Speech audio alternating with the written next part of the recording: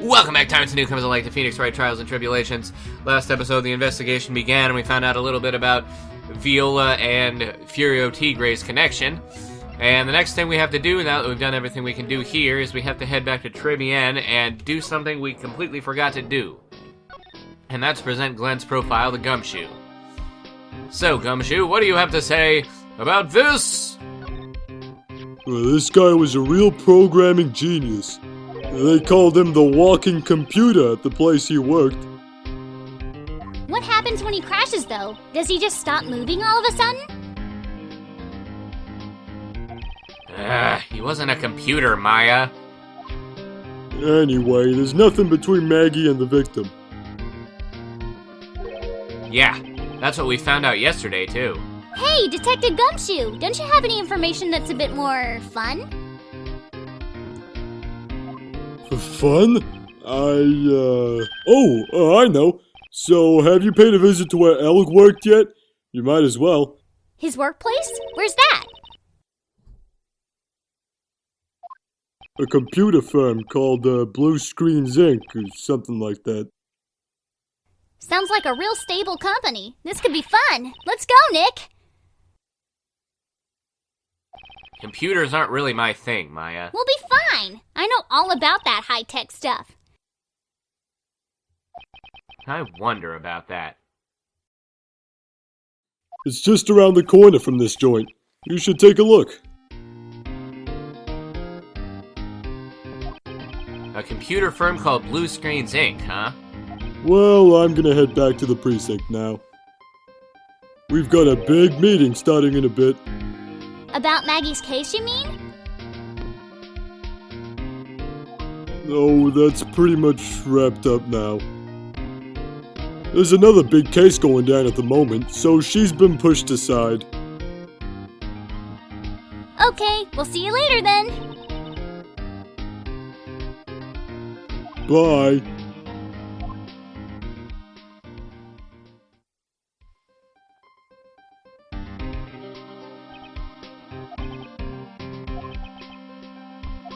You better get going, detective, or you'll be late. Actually, I've kinda got a favor to ask. It's a big one. A favor? Yeah, it's for, Maggey, actually. I was kinda hoping you'd give this to her for me. What is it? It's a lunchbox. I got up early so I could make it. I got real worried about her. She looked like she'd lost a lot of weight. Detective Gumshoe. How many weenies are in here? There's not a person on Earth who could down this much meat.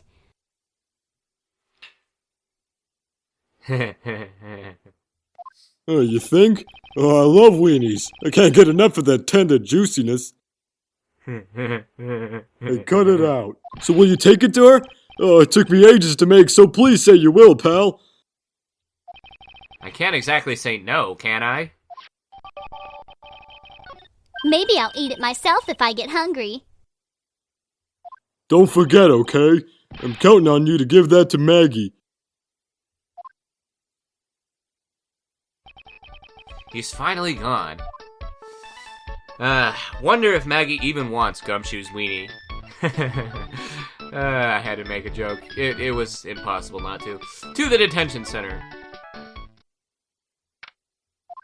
Oh, Mr. Wright! Hello, Maggey.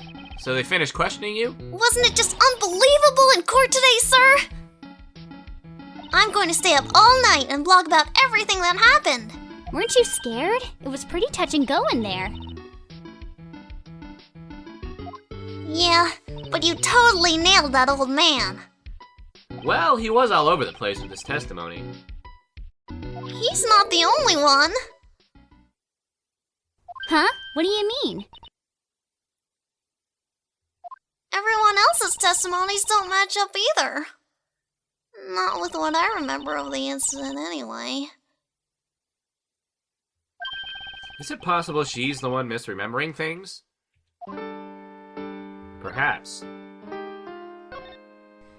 Maggey, you know how you said that everyone else provided testimony that didn't match up with what you remembered? Yep, there are just so many things that don't seem to add up. The biggest contradiction is the other guy I saw at the victim's table. He was the one who slipped something into the victim's coffee. I'm sure it was him. But didn't Mr. Kudo testify earlier today that it was the waitress who put some white powder into the coffee cup? So you really think it was this disappearing man that did it? Well, he's not the only thing that disappeared. The CD vanished as well. You know, the CD with the writing on it. Oh yeah, the MC Screwdriver album, right? It was MC Bomber, Maya. That name was scrawled in the sports paper as well. They never did find that CD at the crime scene, sir. Or the victim's medication. That's gone missing too. Ouch, my head. This is getting way too complicated for me.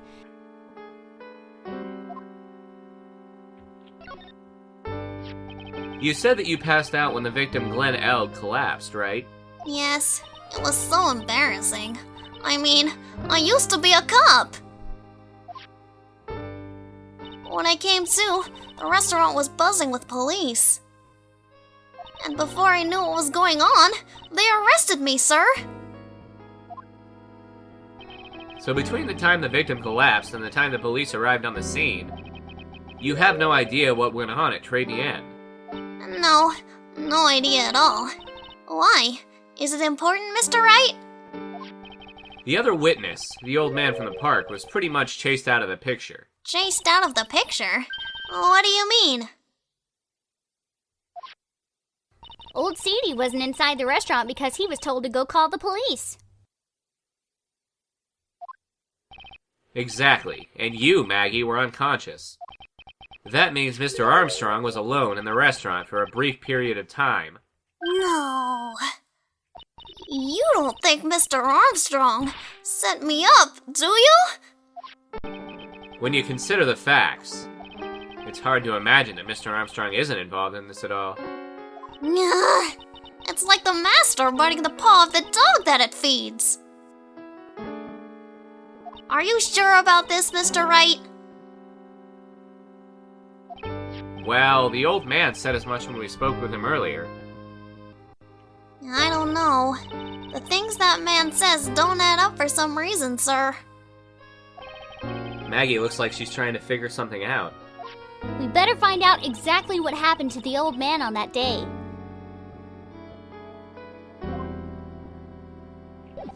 Okay, and I don't... Before we present, we must give Maggey Gumshoe's weenies. Yes. Here you go, Maggey. Have a wiener. Oh yeah, I've got something you're going to love. Really? What is it? A lunchbox, just for you. Here. Wow! A lunchbox! Weenies, too! I can't believe it! Thank you, sir! Did you make this just for me, Mr. Wright? Nah, it was Detective Gumshoe. Who else would make such a nice lunchbox for you? Detective Gumshoe? He's really worried about you. Looks like he put a lot of effort into making this, too.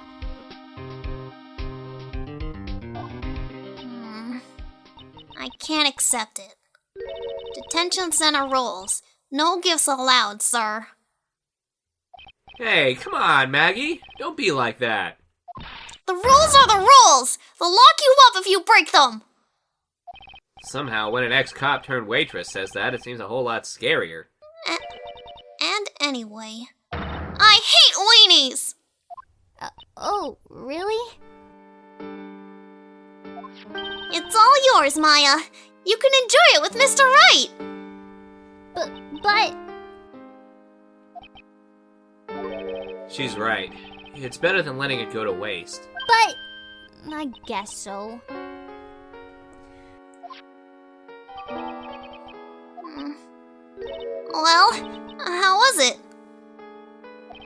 That hit the spot. I love weenies. Oh, good.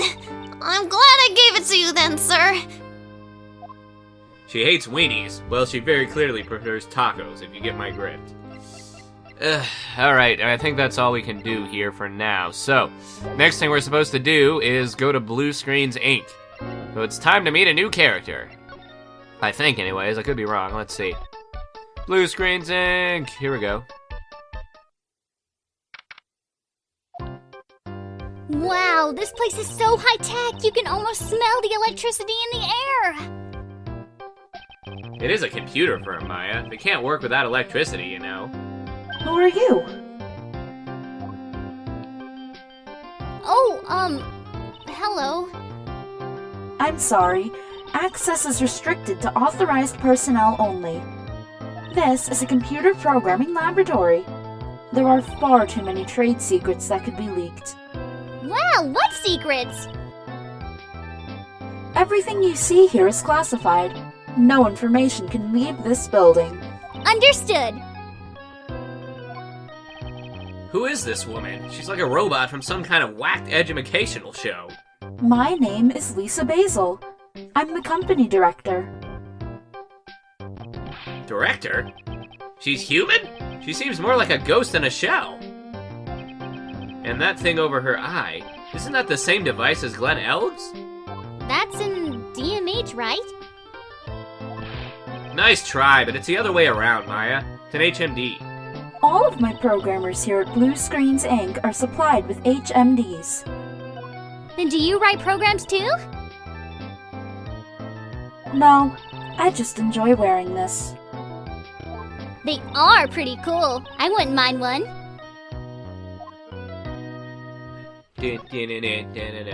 Man, what a robotic chick. So, what exactly is this firm's business? I will try to simplify it so that you can understand. We analyze the data management systems required by certain branches of industry and deliver optimum operating system and source-level components. Huh? You lost me on the corner of analyze and management. It doesn't matter. They analyze stuff. You got that much, right? The software we produce is distributed on CDs. CDs? Yes, compact disc, digital optical storage media. Of course. CDs are used for software as well as music. It is a small firm, but all of my employees are first-class programmers. Let's ask one of them what they are doing. Excuse me, what are you working on right now? I'm researching the impact of time-slicing common areas and multi-threaded code on logical access to shared global variables. Obviously, program structure heavily influences response time and performance, so the co-independence of global variables and memory overheads is vitally important to the success of the execution. Well, you get the idea. This is the sort of thing we are involved in. Did you good people follow all of that? Yeah. Your blank smile just said otherwise, Maya. You know about what happened, right, Miss Basil? You mean about Glenn being poisoned? Yes, I know. It's terrible. Can you tell us anything that might be helpful? I don't think so. A police officer was here earlier, too. But I couldn't tell him anything either because the waitress who committed the crime has nothing to do with Blue Screens Inc. Oh. How about Mr. Elg's desk? Have you cleared it out already? No, not yet. It's this one, right in front of you. If there's anything that might be useful to you, you are welcome to take it. I guess there might be a clue here somewhere. Alright, sure. Let's examine the desk, shall we? Whoops, no! Stop trying to move. We are here at Blue Screens Inc. and we are not leaving yet. God dang it, game. Whoa! Look at this desk, Nick. What a mess. Looks pretty average to me. But you can't get any work done with everything all over the place like this. You think? Real whiz kids can work under any conditions, you know. She's trying to hint that I should tidy my desk more. I'll clean up my desk when Maya stops asking silly questions. No hurry then. Hey! The calendar! What about it? If this is another hint about tidying, you can forget it. Someone's marked December 3rd in red pen. December 3rd? That's the day Mr. Elg was murdered. Is there anything else? Yeah, it says, meet with the tiger? The tiger?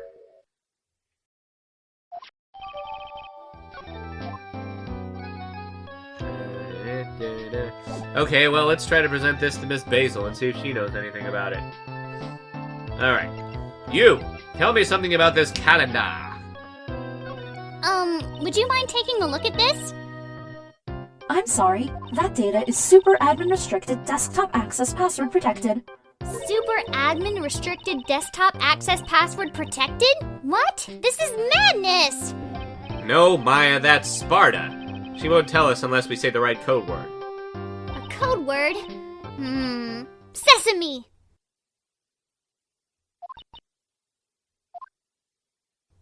If it's not Sesame, then it must be her mother's maiden name. That's how it always is. There's no point in having a password if it's always the same thing, Maya. Guess she just doesn't want to talk about this. Maybe we should focus on asking about Glen Elg. What do you say?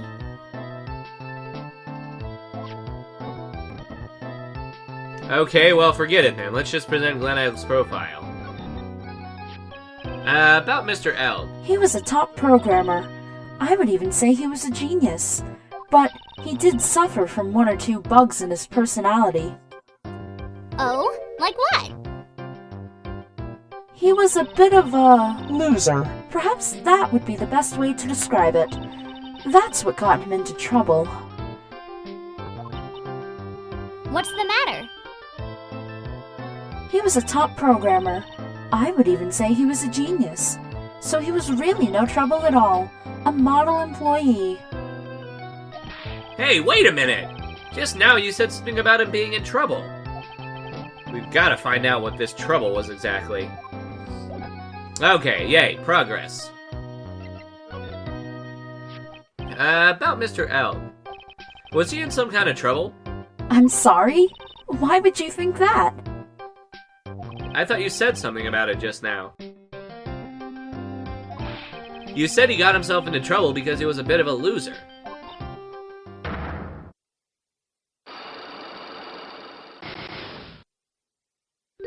A psych lock? I guess Mr. Elg is like every other man with his own pile of secrets.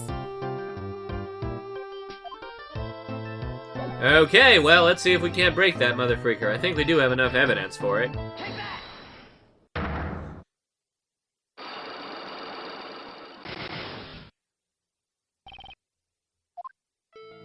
So, how about you tell me what kind of trouble Mr. Elg was in?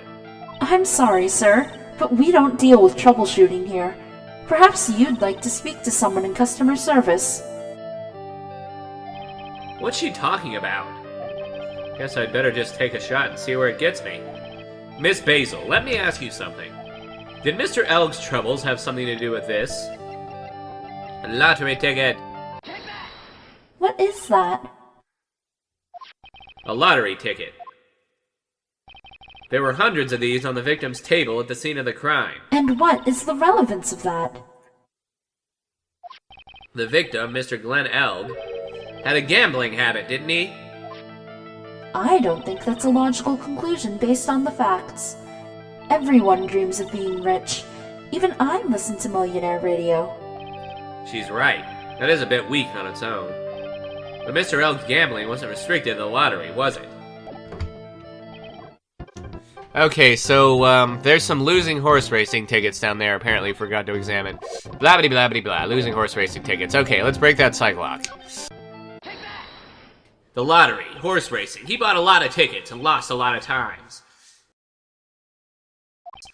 That's gotta have hurt his wallet pretty bad, don't you think? Maybe bad enough to be the cause of some pretty serious trouble, perhaps? No! You are right. Glenn did have a gambling habit. You good people must not follow his example. Do you understand? Trust me, even if I wanted to, I don't exactly have the money to buy any. But if you win, there's no problem, is there? And Glenn had a winning ticket, didn't he? For $500,000? Yeah, but It's hard to imagine how he could have been in trouble then, isn't it? it's true that Mr. Elk won $500,000 in the end. But that was his first stroke of good luck. He was in deep trouble before that. Deep trouble? What do you mean? Mr. Elk's real problem was with someone or something more terrifying and ferocious. Furio Tigre. Furio Tigre, the boss of a loan office called Tender Lender. Tender lender? People with businesses should think harder before naming their offices. Like you're one to talk. Well, what do you think? Our firm is doing very well at the moment. I don't think we need to borrow money. No. I mean about Mr. Elb. You think Glenn had something to do with this Furio Tigre? Yes. I'm sorry, I don't know of any connection between the two of them. Really? Because I've got proof that Mr. Elk and the Tiger knew each other. Furio Tigre, aka the Tiger, is the boss of a loan office called Tender Lender. This is who Mr. Elk met with on the day of his murder. And the only thing a loan shark would talk with him about would be his debt. No! It's true that Glenn had racked up quite a bit of debt from his gambling habit. About $100,000, I think. $100,000? Ouch! But I heard he won the lottery, so he should have been in the clear. Shame Maggey couldn't get a bit of that good luck. Okay, so the guy got lucky and he won the lottery. But what if he hadn't won? What was his plan then? Well, this isn't easy to say, but he said he would use his talents to repay the money. His talents? I suspect he was talking about programming. What computer program is worth $100,000? Perhaps you good people should leave, so I can get back to my work. I'm so close to cracking her. The program in question, was it by any chance this? Ba-ba-ba-ba-ba-ba. What? How is that not right? Freak. Okay, we're back, and we had to present Victor Kudo's profile to Maggey. That's why this wasn't working out. I feel much better after the trial this morning. I've been a bit of a courtroom proceedings addict for years now. It feels like forever since I saw a witness as slippery as that old man. He's not really that bad of an old man, though. Still, I feel a bit uneasy. Huh? I thought you just said you felt much better. Maggey, if there's something on your mind, you've got to tell us. Especially if it has anything to do with Mr. Kudo or his testimony. Roger! I'll spill it all and see what you make of it. Alright, now we're on the right track again. Let's get this thing and then we'll have to end the episode here. Is there anything about Mr. Kudo's testimony that stood out as odd to you? Actually, yes. The fact that he was even testifying to begin with doesn't quite... Doesn't quite what? Well, when I took the coffee over to the victim's table... It's true that there was another customer in the restaurant. Yeah, we know that already. It was Victor Kudo. But I can't really say it was an old man. Okay, then how about calling him a really old middle-aged man? No, age isn't the issue. The other customer was a woman. A woman? Are you sure, Maggey? Well, I'm not 100% sure, but I think so. So, what did this woman look like? She was sort of creepy. She had a kind of cackling laugh. Creepy. Cackling? Why do I get the feeling I've come across a woman like that recently? Okay, now, is Gumshoe gonna be back? Because I need to talk to him. No? Okay, freak. Okay, we did that. We did that. Oh. Okay. Alright, well, we gotta move to Tender Lender, but we'll do that next episode. Rate, comment, subscribe, favorite, and see you guys next time.